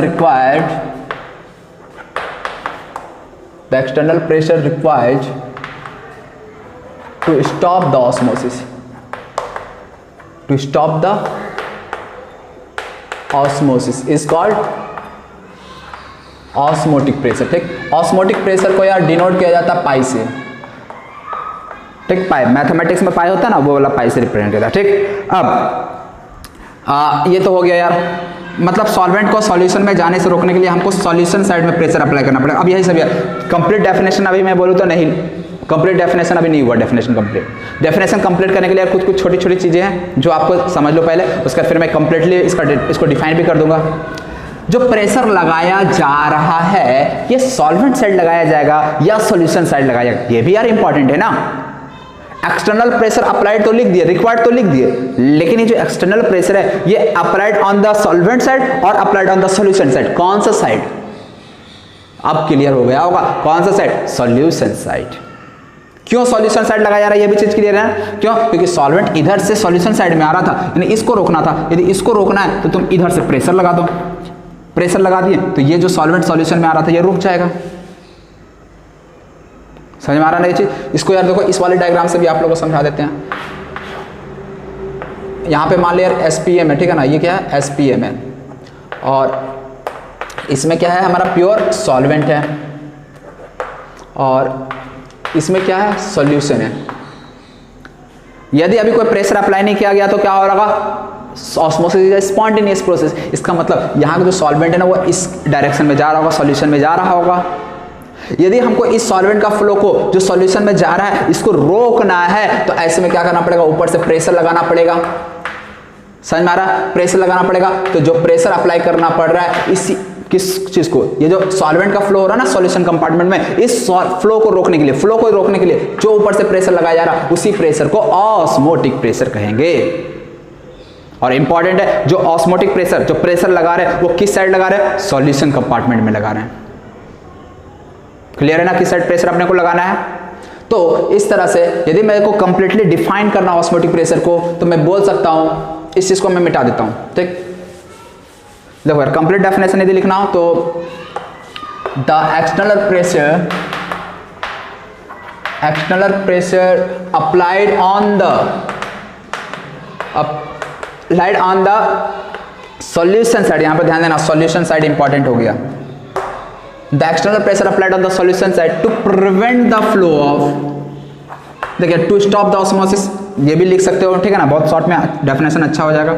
या फिर मैं थोड़ा और डिटेल में यदि लिखाना चाहूँ, मान लो यार आपको कॉपी भरना है तो ये इस तरह से भी लिख सकते हो। और यदि एग्जाम में आता है यार आपको यदि ये वाला डेफिनेशन पता तो आप यही लिखना ज़्यादा अच्छा है। The external pressure applied on the solution side to prevent the flow of solvent molecules, flow of solvent molecules, to prevent the flow of solvent molecules from solvent compartment to solution compartment, to solution compartment is called osmotic pressure, is called osmotic pressure। इसी को क्या से denote किया जाता है, पाई से, ठीक। यार डेफिनेशन देख लो, the external pressure applied on the solution side, external pressure तो अप्लाई किया जा रहा है लेकिन किधर साइड, सॉल्यूशन साइड में, टू प्रिवेंट द, किसको प्रिवेंट किया जा रहा है, to prevent the flow of solvent molecule, यानी जो सॉल्वेंट का मॉलिक्यूल फ्लो कर रहा था ना उसको रोकना है अपने को, from solvent compartment to solution, is called osmotic pressure. Clear है ये चीज, क्लियर है ना। ऑस्मोटिक प्रेशर क्या होता है, तो जब भी किसी सॉल्यूशन का मान लो आपको ऑस्मोटिक प्रेशर दिया जाएगा तो इसका मतलब आप समझ जाए ना, मान लो यार हमारे पास यार ग्लूकोज सॉल्यूशन है, ठीक है ना, ग्लूकोज सॉल्यूशन है और इसका ऑस्मोटिक प्रेशर आपको दिया हुआ है 1.5 atm, मान लिया ऐसा, ठीक है ना, मान लिए 1.5। इसका मतलब क्या है, इसका ग्लूकोज सॉल्यूशन का यदि ऑस्मोटिक प्रेशर 1.5 atm है ना, इसका मतलब ये हुआ कि मान लो एक साइड में केवल वाटर रखा हूं, सॉल्वेंट की जगह पे क्या है, वाटर है, और इधर साइड में क्या है, सॉल्यूशन है, और किसका सॉल्यूशन है, वाटर प्लस ग्लूकोज का सॉल्यूशन है, ठीक है ना। और इसमें इस सॉल्यूशन, देखिए ग्लूकोज सॉल्यूशन लिख दिया ना, यानी एक साइड तो सॉल्यूशन रहेगा लेकिन दूसरे साइड क्या रहेगा, जो भी ग्लूकोज सॉल्यूशन में जो भी सॉल्वेंट रहा होगा ना उसी को रखना है आपको दूसरे साइड, ये चीज यार फिक्स है। ग्लूकोज सॉल्यूशन पता चला, इधर तो हम ग्लूकोज प्लस वाटर ले लिए, ग्लूकोज प्लस वाटर ले लिए, और इधर वाटर की जगह पे कुछ और ले लिए, बेंजीन ले लिया, कुछ और ले लिए, तो ऐसा मत करना, ठीक है ना। जो यहाँ पे सॉल्वेंट है वही सॉल्वेंट यहाँ पे भी आना चाहिए, ठीक। तो इस तरह से यदि ऑस्मोटिक प्रेशर इसका 1.5 atm है, इसका मतलब समझ जाना कि हमको यहाँ पे 1.5 atm का प्रेशर लगाना पड़ेगा, जिससे कि जो ऑस्मोसिस प्रोसेस था, जो ऑस्मोसिस प्रोसेस हो रहा था वो रुक जाएगा, समझ में ना। तो जब भी किसी सॉल्यूशन का ऑस्मोटिक प्रेशर दिया रहे तो समझ जाना कि उतना प्रेशर हमको लगाना पड़ेगा उस ऑस्मोसिस प्रोसेस को रोकने के लिए। क्लियर है। अब यहीं पे एक टर्म आता है रिवर्स ऑस्मोसिस, तो तुम लोग आप उस चीज को भी समझ सकते हो, रिवर्स ऑस्मोसिस। तो मैं यहीं पे रिवर्स ऑस्मोसिस का जो कॉन्सेप्ट है ना समझा देता हूँ, ठीक। आप लोग यार इसको नोट कर लो, मैं इसको मिटा देता हूँ, ठीक है। रिवर्स ऑस्मोसिस देखो यार क्या होता है, बहुत ईजी है, नाम से ही पता चल रहा होगा। ऑस्मोसिस का डायरेक्शन यदि उल्टा हो जाए, रिवर्स हो जाए, तो उसको हम लोग क्या कह देंगे, रिवर्स ऑस्मोसिस कह देंगे। और रिवर्स ऑस्मोसिस को यार शॉर्ट में क्या लिखा था, आरओ वाटर, आप लोग सुने हो ना। तो आरओ वाटर में मतलब क्या, रिवर्स ऑस्मोसिस वाटर, ये मतलब होता है। तो चलो यार पहले रिवर्स ऑस्मोसिस समझ लेते होता क्या है। अब देखो, यदि मान लो यहाँ पे प्रेशर यदि ऑस्मोटिक प्रेशर के बराबर है, ये जो प्रेशर P है ये यदि पाई के बराबर है, ऑस्मोटिक प्रेशर के बराबर है, तो यहाँ पे क्या होगा, ऑस्मोसिस प्रोसेस रुक जाएगा। लेकिन यदि मान लो यार मैं प्रेशर यहाँ पे जो लगा रहे ना ये ऑस्मोटिक प्रेशर से बढ़ जाए, यदि यहाँ का प्रेशर ऑस्मोटिक प्रेशर से भी बढ़ जाए तो थोड़ा सा सोचो होगा क्या होगा। अब होगा क्या, जो सॉल्यूशन में जो सॉल्वेंट के पार्टिकल्स है ना वो यहां से निकलकर अब इधर मूव करना स्टार्ट कर देंगे। प्रेशर ज्यादा हो चुका है ना, ऑस्मोटिक प्रेशर से भी ज्यादा हो चुका है। पहले क्या था, पहले कोई भी प्रेशर नहीं लगाया, पहले प्रेशर का वैल्यू 0, कोई प्रेशर नहीं। तो ऐसे में और स्पॉन्टेनियसली जो ऑस्मोसिस प्रोसेस था वो हो रहा था, मतलब सॉल्वेंट के पार्टिकल इधर आ रहे थे। लेकिन अब हम इधर से प्रेशर लगाना स्टार्ट कर दिए। जैसे प्रेशर लगाना स्टार्ट कर दिए, पहले थोड़ा सा प्रेशर लगाए, थोड़ा सा प्रेशर लगाएंगे तो क्या होगा, इधर का जो सॉल्वेंट इस साइड में आ रहे थे, सॉल्यूशन साइड में आ रहे थे, वो थोड़ा आना कम हो जाएगा। प्रेशर बढ़ाएं तो और कम हुआ, प्रेशर और बढ़ाए कम हुआ। एक समय आएगा जब पी का वैल्यू पाई के बराबर हो जाएगा तो ये ऑस्मोसिस प्रेशर रुक जाएगा पूरी तरह से, और उस प्रेशर को ही हम लोग फिर पाई कह देंगे, ऑस्मोटिक प्रेशर कह देंगे। लेकिन अब मान लो मैं पाई से भी बढ़ा दे इस प्रेशर को, जो एक्सटर्नल प्रेशर लगाया जा रहा था इसका वैल्यू ऑस्मोटिक प्रेशर से भी ज्यादा कर दे, तो इस सॉल्यूशन में जो सॉल्वेंट के मॉलिक्यूल्स थे ना वो अब इधर फ्लो करने लगेंगे। और अब यदि इधर फ्लो करने लगे तो देख सकते हैं यार ये तो ऑस्मोसिस का जस्ट उल्टा हो गया। ऑस्मोसिस में तो सॉल्वेंट जो सॉल्यूशन में आते हैं, ये तो सॉल्यूशन का सॉल्वेंट सॉल्वेंट साइड में जा रहा है, इधर सॉल्यूशन का सॉल्वेंट इस सॉल्वेंट कंपार्टमेंट में जा रहा है। प्रोसेस ऑफ ऑस्मोसिस से रिवर्स हो गया। इसका मतलब इस प्रोसेस को मैं क्या कह दूंगा अब, रिवर्स ऑस्मोसिस। समझ में आया? तो रिवर्स ऑस्मोसिस को यदि डिफाइन करने आए तो मैं किस तरह से डिफाइन कर सकता हूं रिवर्स ऑस्मोसिस को? If the pressure applied, if the pressure applied on the solution side is greater than, तुम्हें लोग बता रहे इज ग्रेटर देन, किससे ज्यादा प्रेशर होना चाहिए? पाई से। पाई का तो ऑस्मोटिक प्रेशर, ठीक। If the pressure applied on the solution side is greater than pi, then क्या होगा? Then direction of osmosis is reversed, direction of osmosis is reverse. Direction of osmosis reverse का मतलब समझ रहे हो ना यार? मतलब ऑस्मोसिस का डायरेक्शन है उल्टा हो चुका, then direction of osmosis is reverse and this process is called, और इसी प्रोसेस को क्या नाम दिया जाता है? This process is called reverse osmosis, ठीक है। अब ये डायरेक्शन ऑफ ऑस्मोसिस रिवर्स, इसका मतलब समझ रहे हो ना? इसका मतलब ये हुआ कि सॉल्यूशन का सॉल्वेंट अब सॉल्यूशन कंपार्टमेंट में से सॉल्वेंट कंपार्टमेंट में मूव करने लगा, समझ रहे हो? तो ये मतलब था रिवर्स ऑस्मोसिस। और रिवर्स ऑस्मोसिस का ही यूज होता है जैसे salt water, sorry sea water को प्योरीफाई करने के लिए हम लोग आरओ मेथड यूज करते हैं, ठीक। मतलब या फिर प्योर वाटर ऑब्टेन करने के लिए हम लोग आरओ प्रोसेस यूज करते हैं, आरओ वाटर जो हम लोग बोलते हैं। कैसे यूज होता है यार वो मैं बताऊंगा बाद में। तो पहले हम आप लोग यार इस चीज को नोट कर लो, उसके बाद हम लोग कुछ टाइप्स ऑफ सॉल्यूशन के बारे में पढ़ेंगे, ठीक है ना? आइसोटोनिक सॉल्यूशन, ठीक, हाइपोटोनिक इस तरह के कुछ टर्म्स है, उसके बारे में हम लोग पहले जान लेते हैं। आप लोग पहले इस चीज को नोट कर लो, मैं मिटा देता हूं, फिर नेक्स्ट टॉपिक पे आता हूं। यहाँ पे एक और चीज देख लो यार, मान लो यार एक तो अभी मैंने आपको सॉल्वेंट और सॉल्यूशन कंपार्टमेंट लेकर समझा दिया कि ऑस्मोटिक प्रेशर का क्या मतलब होता है, मतलब प्रेशर हमको किधर अप्लाई करना होता। अब मान लो यार जो दूसरा एग्जांपल था, यहाँ पे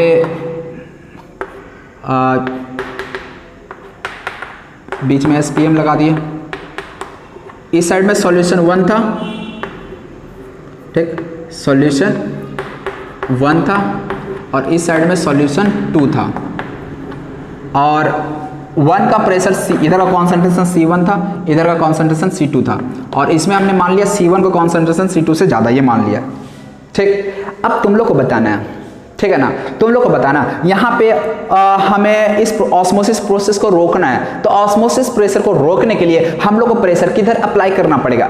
1 साइड या 2 साइड, लेफ्ट साइड या राइट साइड, किधर अप्लाई करना पड़ेगा प्रेशर को ऑस्मोसिस प्रेशर को रोकने के लिए, या आप लोग को बताना है, ठीक। तो वीडियो पॉज करके थोड़ा सोच लो, अब मैं इधर बताता हूँ। सबसे पहले तो यार ये सोचो कि यहाँ पे सॉल्वेंट का फ्लो यानी जो ऑस्मोसिस का डायरेक्शन है वो कौन सा डायरेक्शन है, लेफ्ट से राइट या राइट से लेफ्ट? पहले ये चीज को देखो, ठीक, चेक करते हैं। लो कॉन्सेंट्रेशन किसका है? C2 का लो कॉन्सेंट्रेशन है। यदि इसका कॉन्सेंट्रेशन लो है तो आप लोग यार बताएं क्या बताएं? ऑस्मोसिस का डायरेक्शन जो होता है फ्रॉम लो कॉन्सेंट्रेशन से हाई कॉन्सेंट्रेशन की ओर होता है, याद है ना? तो अब लो कॉन्सेंट्रेशन इसका, हाई कॉन्सेंट्रेशन इसका, यानी सॉल्वेंट इधर से इधर की ओर आएगा। क्लियर है ये चीज? क्लियर है? तो इसलिए यहाँ पे जो सॉल्वेंट लो कॉन्सेंट्रेशन की ओर था वहां से इस साइड में आ रहे हैं। अब यार अब आप नहीं बता सकते हो, अब बताया यार हमें इस ऑस्मोसिस प्रोसेस को रोकना है, किधर प्रेशर अप्लाई करना पड़ेगा?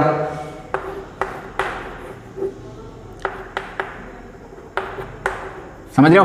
प्रेशर इस साइड अप्लाई करना पड़ेगा, इस सॉल्यूशन 1 साइड के, मतलब लो कॉन्सेंट्रेशन वाले सॉल्यूशन में या हाई कॉन्सेंट्रेशन वाले सॉल्यूशन साइड। मैं क्या बोलूंगा? जिधर का कॉन्सेंट्रेशन हाई है उधर आपको प्रेशर अप्लाई करना है ऑस्मोसिस प्रेशर को रोकने के लिए।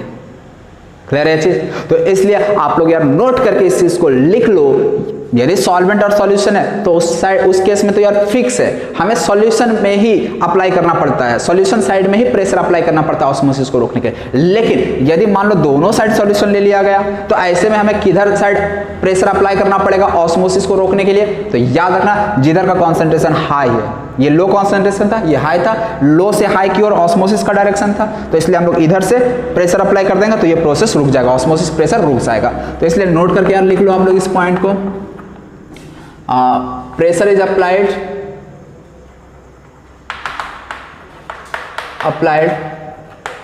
on that side, pressure is applied on that side which has, तुम लोग अपने लैंग्वेज में लिख रहे हैं यार, मान लो यार मेरा अंग्रेजी थोड़ा अच्छा नहीं है, इसीलिए आप लोग को अच्छा लगे तो यार आप लोग अपने लैंग्वेज में भी लिख सकते। मैंने समझाना यार मेरा काम है, ठीक है ना। हाँ, अंग्रेजी आप लोग यार अंग्रेजी टीचर से पढ़ते ही होगे। Pressure is applied on that side which has higher concentration, which has higher concentration. Pressure is applied on that side which has higher concentration to stop osmosis. मतलब आपको यदि कभी ऑस्मोसिस को रोकना है, यदि आप ऑस्मोसिस रोकना चाहते हो तो ऐसे में अप्लाई, आपको प्रेशर किस साइड अप्लाई करना पड़ेगा, तो हायर कॉन्सेंट्रेशन वाले साइड में। अब हायर कॉन्सेंट्रेशन, यदि मैं इसी को इधर सॉल्वेंट ले लूँ, इधर सॉल्यूशन ले लूँ, तो हायर कॉन्सेंट्रेशन किधर होगा, सॉल्यूशन साइड होगा। यदि इधर प्योर सॉल्वेंट है, इधर सॉल्यूशन है, तो आप लोगों को पहले ही बताए थे ना, कॉन्सेंट्रेशन जिधर किधर ज़्यादा, जहाँ सॉल्यूट ज़्यादा, तो सॉल्यूशन और सॉल्वेंट है तो सॉल्यूशन साइड कॉन्सेंट्रेशन ज़्यादा, तो सॉल्यूशन साइड में प्रेशर लगा देंगे। तो उस चीज़ को आप लोग ऐसे भी समझ सकते हो, जैसे पहले वाला एग्जाम्पल में आपको समझाया। तो आप इस तरह से आप लोग एक नोट करके पॉइंट लिख लो कि pressure is applied on that side which has higher concentration to stop osmosis. Osmosis रोकना तो हमेशा हायर कॉन्सेंट्रेशन की ओर प्रेशर अप्लाई करते हैं, ठीक। और अभी हम लोग जस्ट अब यही प्रेशर को यदि हम बढ़ा दिए, ऑस्मोटिक प्रेशर यदि आप मान लो पी का वैल्यू यदि पाई के बराबर है तो ऑस्मोसिस रुक जाएगा, और यदि पी का वैल्यू ग्रेटर देन पाई कर देंगे तो फिर उल्टा हो जाएगा डायरेक्शन ऑफ ऑस्मोसिस। ये चीज क्लियर हो गया। अब हम लोग यहीं पे समझ लेते हैं रिवर्स ऑस्मोसिस का एप्लीकेशन, ठीक है ना। तो ये अपना रिवर्स ऑस्मोसिस वाला भी पार्ट कंप्लीट हो जाएगा।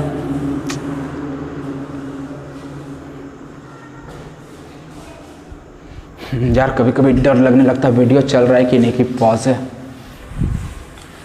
ठीक है ना। चल बड़ा टेंशन है। अब हम लोग रिवर्स ऑस्मोसिस का एप्लीकेशन समझ लेते हैं। आप लोगों के घर में जो आरओ वाटर आता है, आरओ लिख देता हूँ ना, ठीक है ना, रिवर्स ऑस्मोसिस को आरओ लिख देता हूँ। तो अब जो आप लोग घर में आरओ वाटर आता है उसको समझ सकते हो कि किस तरह से वहाँ मतलब कि वो प्योरीफाई किया जाता है वाटर को, समझना इस चीज़ को। मान लो यार हमारे पास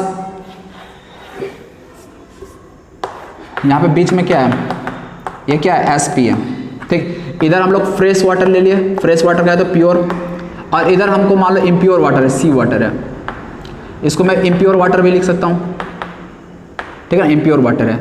अब यहाँ पे टोटी लगा दिए, यहाँ पे क्या होगा, पानी गिरेगा, और इधर साइड क्या किया गया,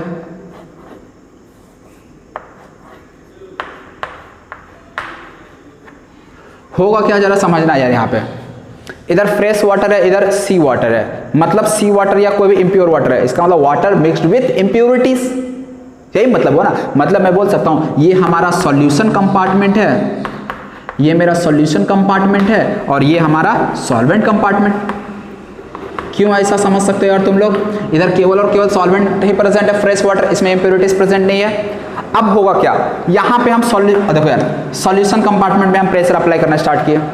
यदि मैं यहाँ पे सॉल्यूशन कंपार्टमेंट में प्रेशर लगाऊंगा तो जैसे प्रेशर लगाएं तो अच्छा, यदि ये प्रेशर नहीं लगाएंगे तो क्या हो रहा होगा, फ्रेश वाटर सी वाटर में जा रहा होगा, मतलब मूवमेंट ऑफ फ्रेश वाटर जो होगा वो इस डायरेक्शन में हो रहा होगा। लेकिन जैसे इधर से हम प्रेशर लगाना स्टार्ट कर देंगे तो होगा क्या, ये जो प्रोसेस है ना ऑस्मोसिस पर, ये रुक जाएगा। और जब यहाँ का प्रेशर ऑस्मोटिक प्रेशर के बराबर हो जाएगा तो ऑस्मोसिस रुक जाएगा। लेकिन जैसे यहाँ का प्रेशर मैं ऑस्मोटिक प्रेशर से ग्रेटर कर दूंगा तो क्या होगा, क्या होगा इधर, तो यहाँ पे जो इस सी वाटर में जो भी प्योर वाटर था ना उसका मूवमेंट इस डायरेक्शन में होने लगेगा। अब देखिए पूरा का पूरा सी वाटर इधर नहीं आने लगेगा, क्यों, क्योंकि एसपीएम केवल सॉल्वेंट मॉलिक्यूल को अपने में से पास होने देगा, सॉल्यूट को नहीं पास होने देगा। या फिर जो इंप्योरिटीज होगा ना इस साइड, उस इंप्योरिटीज को इधर पास होने नहीं देगा, इंप्योरिटीज अपना इधर ही रह जाएगा। लेकिन जो सी वाटर में प्योर जो सॉल्वेंट मॉलिक्यूल्स है ना पार्टिकल्स, वो इस डायरेक्शन में आ जाएंगे। मतलब यहाँ का पूरा जो प्योर वाटर वाला पार्टिकल्स है ना मॉलिक्यूल्स, वो तो इधर आ जाएंगे और इंप्योरिटीज इसी वाले पार्ट में रह जाएगा। तो इस तरह से धीरे धीरे क्या हो जाएगा, पूरा का पूरा जो वाटर था ना प्योर वाटर, वो इस डायरेक्शन में आके यहाँ से बाहर हो जाएगा, यहाँ पे इंप्योरिटीज बच जाएगा। यही है आरओ प्रोसेस, रिवर्स ऑस्मोसिस, समझ में आया। तो इस तरह से प्योरिफिकेशन ऑफ सी वाटर में इसका एप्लीकेशन है, यहाँ पे लिख लेना एक बहुत ही important, purification of sea water. Sea water को प्योरिफिकेशन में किस तरह से रिवर्स ऑस्मोसिस प्रोसेस को यूज में लाया जाता है। क्लियर है चीज? तो चलो यार ये रिवर्स ऑस्मोसिस समझ लिया। इसके बाद ऑस्मोटिक प्रेशर जो हम लोग बात कर रहे हैं, ठीक है ना, ऑस्मोटिक प्रेशर को कैलकुलेट कैसे किया जाएगा, ठीक, इसका मैग्नीट्यूड को, तो वो भी देख लेते हैं। उसके बाद फिर हम लोग टाइप्स ऑफ सॉल्यूशन पे आएंगे on the basis of osmotic pressure. Osmotic pressure तो देखो यार ये भी एक्सपेरिमेंटली फाउंड है, ठीक है ना। देखो अब ऑस्मोटिक प्रेशर को क्या से डिनोट करते हैं, पाई से, ठीक। तो जो पाई का वैल्यू होता है ना, पाई इक्वल टू आपको याद रखना है CRT के बराबर होता है। पाई इक्वल टू क्या होता है, CRT। इसको यदि देखोगे ना तो ये आइडियल गैस इक्वेशन से मिलता जुलता है। कैसे? Ideal gas equation PV equal to nRT होता है, P इक्वल टू क्या होता है, N/VRT होता है। N बाई V क्या है, मोल्स बाय वॉल्यूम। यदि मैं volume of solution in litre ले लूँ, N मोल्स है, तो N बाई V क्या हो गया, मोलारिटी, कॉन्सेंट्रेशन हो गया ना कॉन्सेंट्रेशन। तो इसलिए इस P को मैं क्या लिखूंगा, CRT। और इसी P को लिक्विड सॉल्यूशन के केस में पाई लिख देते हैं। मतलब जो आइडियल गैस इक्वेशन था उसी को मैं यहाँ पे लिक्विड सॉल्यूशन के लिए भी अप्लाई कर रहा हूँ, ठीक है ना। तो याद करने के लिए पाई इक्वल टू क्या हो जाता है, CRT, ठीक। और C क्या हो गया, मोलर कॉन्सेंट्रेशन। देखिए यार C क्या है, मोलर मतलब मोलैरिटी है, ठीक। R क्या होता है यार, जो गैस कांस्टेंट था ना वही वाला है यहाँ पे भी, ठीक है ना, यूनिवर्सल गैस कांस्टेंट। कांस्टेंट मैं यहाँ पे लिख देता हूँ। और T क्या है, टेम्परेचर। आपको याद पता ही होगा, टेम्परेचर हमेशा जब भी आए तो केल्विन में पुट करना है। तो पाई जो ऑस्मोटिक प्रेशर है उसका वैल्यू आप फाइंड आउट कर सकते हो। मतलब यदि किसी सॉल्यूशन का कॉन्सेंट्रेशन आपको पता है, तो और किस टेम्परेचर पे आप बात कर रहे हो, ठीक है ना, टेम्परेचर भी इंपॉर्टेंट है। अलग अलग टेम्परेचर पे सेम सॉल्यूशन का पाई का वैल्यू, ऑस्मोटिक प्रेशर का वैल्यू अलग अलग आएगा, ठीक। मान लो यार आपके पास एक ग्लूकोज सॉल्यूशन है, यूरिया सॉल्यूशन है और सुक्रोज सॉल्यूशन है। तीनों का सेम टेम्परेचर पे लिया गया। मान लो यार 300 केल्विन पे आप तीनों का आप क्या चेक करना चाहते हो, ऑस्मोटिक प्रेशर कैलकुलेट करना चाहते हो। तो आप क्या करो, तीनों का कॉन्सेंट्रेशन निकालो 300 केल्विन पे। कॉन्सेंट्रेशन जैसे टेम्परेचर पता, आप पाई बता सकते हो, सबका अलग अलग से कैलकुलेट। मतलब आपको बस कॉन्सेंट्रेशन उसका पता होना चाहिए। यदि कॉन्सेंट्रेशन पता है तो बता सकते हो कि ऑस्मोटिक प्रेशर का वैल्यू क्या होगा। मतलब हमें कितना प्रेशर अप्लाई करना पड़ेगा सॉल्यूशन कंपार्टमेंट में जिससे कि ऑस्मोसिस प्रेशर रुक जाए, ठीक है। तो आप लोग यार ये वैल्यू, ये जो magnitude pi equal to CRT है, याद रखना। हम लोग इस पर कुछ न्यूमेरिकल प्रॉब्लम्स भी करेंगे। अभी हम लोग टाइप्स ऑफ सॉल्यूशन देख लेते हैं on the basis of osmotic pressure. तो ये चीज़ आप लोग नोट कर लो, मैं मिटा दे रहा हूँ इसे। अब देखो यार ऑस्मोटिक प्रेशर में और जो चीज़ें बची हुई है ना, और न्यूमेरिकल्स ऑन ऑस्मोटिक प्रेशर, ये अब हम लोग नेक्स्ट क्लास में करेंगे, ठीक। तो नेक्स्ट क्लास में जो भी ऑस्मोटिक प्रेशर में और जो टर्म्स बचे हैं जो समझना है अपने को, वो नेक्स्ट क्लास में करेंगे। और फिर न्यूमेरिकल्स करके ऑस्मोटिक प्रेशर अपना कॉरिगेटिव प्रॉपर्टीज पूरी तरह से कंप्लीट हो जाएगा। उसके बाद 2 लेक्चर और लगेगा वेंट्स ऑफ फैक्टर और जो भी मिक्स प्रॉब्लम्स होते हैं उस चीज़ को करवाने के लिए, ठीक। तो अभी के लिए यार वीडियो को मुझे यहीं पे समाप्त करना पड़ेगा। तो ठीक है बच्चों, वीडियो देखने के लिए बहुत बहुत थैंक्स एंड बाय बाय।